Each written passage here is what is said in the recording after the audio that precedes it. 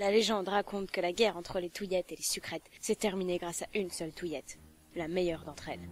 Elle était blanche, en plastique. Elle mesurait 5 centimètres. Elle n'avait pour nom que la Touillette. Bref, elle était comme toutes les autres Touillettes. Tumblr dirait inspiring.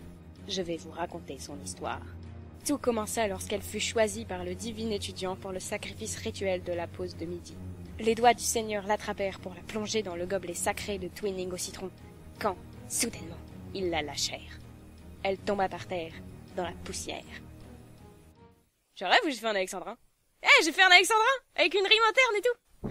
C'est navrant. Putain! Lança le dieu étudiant maladroit. Je peux en prendre une autre? Non, désolé, c'est une seule touillette par personne. Fais chier! Bah, t'as qu'à la ramasser et la rincer.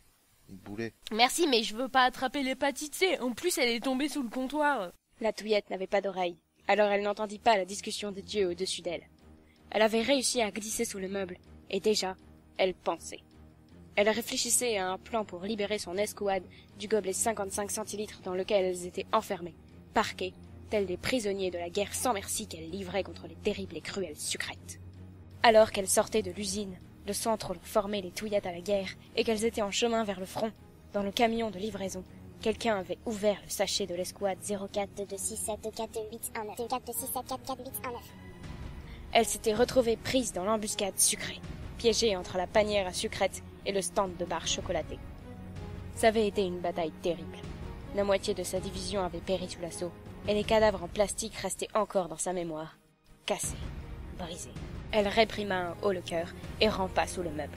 Elle devait sauver ses soldats. Ah oui, sauvons le soldat Ryan. Elle parvint à ramper malgré la poussière, et elle sortit de dessous le comptoir. Elle était à découvert, mais elle voulait trouver un moyen d'escalader. Il devait y en avoir un. Mais alors, un étudiant la ramassa, et soucieux de l'environnement, il la jeta à la poubelle. La Touillette jura. Elle avait atterri sur le cadavre d'un Kinder Maxi, emballage esselé et encore chocolaté. Elle frémit de dégoût, puis remarqua des Touillettes d'escouade précédentes, piégées dans leur gobelet. Mais elle ne pouvait pas les aider, pas maintenant. Si elle parvenait à sauver son escouade, elle anéantirait les Sucrètes, et alors tout le monde serait sauvé. Un grand pouvoir implique de grandes responsabilités. Marvel, Spider-Man. Wingardium Leviosa. Harry Potter, J.K. Rowling. À l'évocation du sort, un étudiant miséricordieux jeta violemment son gobelet à la poubelle. Et par effet de balancier et de la force de l'objet percutant, ainsi que la force centrifuge, ou centripète, je sais plus trop, la Touillette s'envola. Elle se cogna contre la vitre du micro-ondes et tomba sur le comptoir, sonnée. Ses muscles de plastique lui firent mal un instant, mais emplie d'un courage sans borne, elle se remit debout. Étourdie, elle s'adossa quelques secondes à l'appareil électroménager dévastateur et inspirant profondément, elle regarda la pendule. 14h02. Les rondes de patrouilleurs Sucrètes ne commençaient qu'à 17h30, quand l'association étudiante suprême fermait. La Touillette souffla un grand coup et s'élança. Elle arriva au coin du micro-ondes. Elle faillit se cogner la tête au bouton de temps de cuisson, mais elle l'évita de justesse. Il ne fallait pas révéler sa position Sucrète. Qui, elle, avait des oreilles. Si. Discrètement, elle regarda si la voie était libre. Au-dessus du micro-ondes, le stand de barres chocolatées était trop haut pour que les alliés des Sucrètes ne puissent la voir.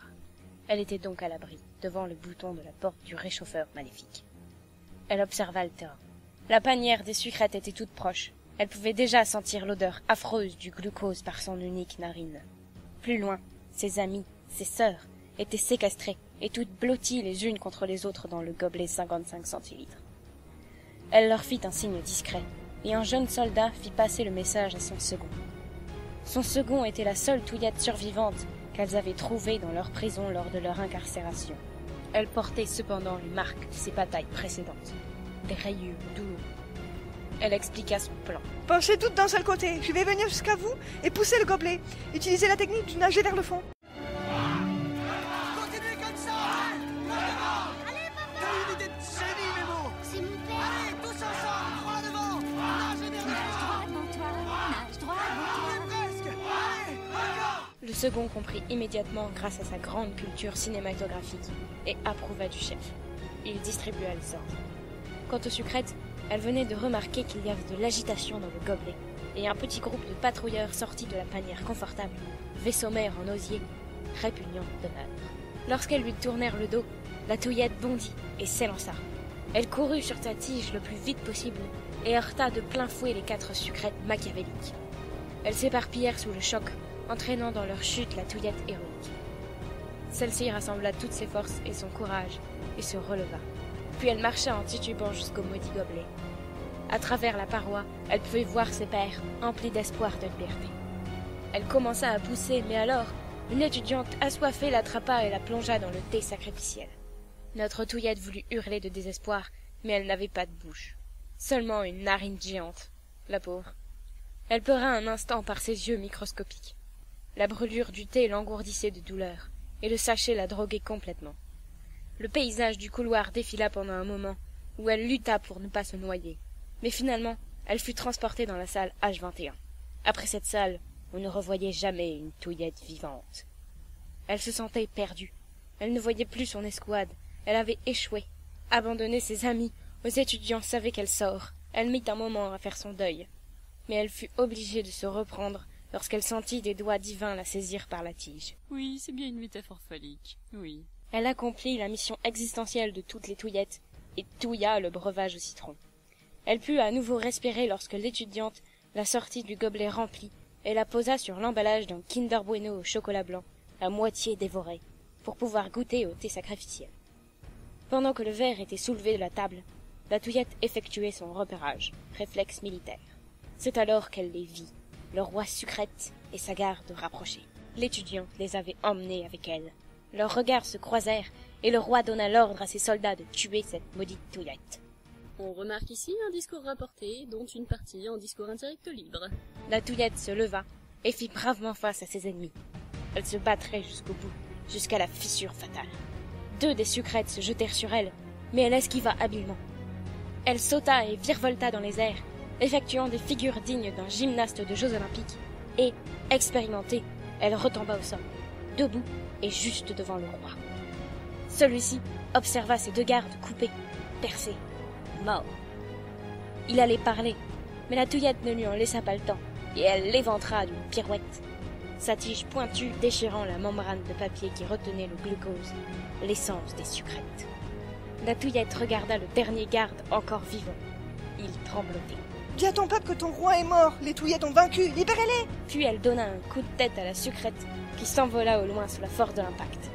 La Touillette, héroïque, avait finalement vaincu. Mais what the fuck, mes sucrètes sont toutes déchirées. Haha, boulet. Ah, mais c'est dégueulasse sans sucre. Tu veux pas aller m'en chercher, s'il te plaît, Ran? Ah non, mais vas-y toi-même, démerde-toi. S'il te plaît. Bon, d'accord, mais j'exigerai une compensation plus tard, hein. Puis t'es chiante. La Touillette ne le savait pas. Mais lorsque l'étudiante Ran allait attraper les Sucrètes de l'étudiante chiante Valentine, l'étudiante maladroite Amanda allait la bousculer, et sa main ferait alors tomber le gobelet 55 centilitres qui emprisonnait son escouade de Touillettes, fidèles et amies. Elle serait libre, pour toujours. Quant à la Touillette héroïque, depuis renommée Super Touillette, elle se sacrifia. Avant de mourir en martyr, vainqueur de la guerre des Touillettes et des Sucrètes, elle eut la satisfaction de voir tout un groupe de Sucrètes être sauvagement secoués et décapités par l'étudiante Valentine, pour ensuite que leur essence glucotique soit versée dans le thé sacré, dissoute et remuée par elle-même. Elle mourut dans l'honneur, malgré la torture d'être mâchouillée jusqu'au dernier cours de cette journée de victoire, jusqu'à la fissure finale.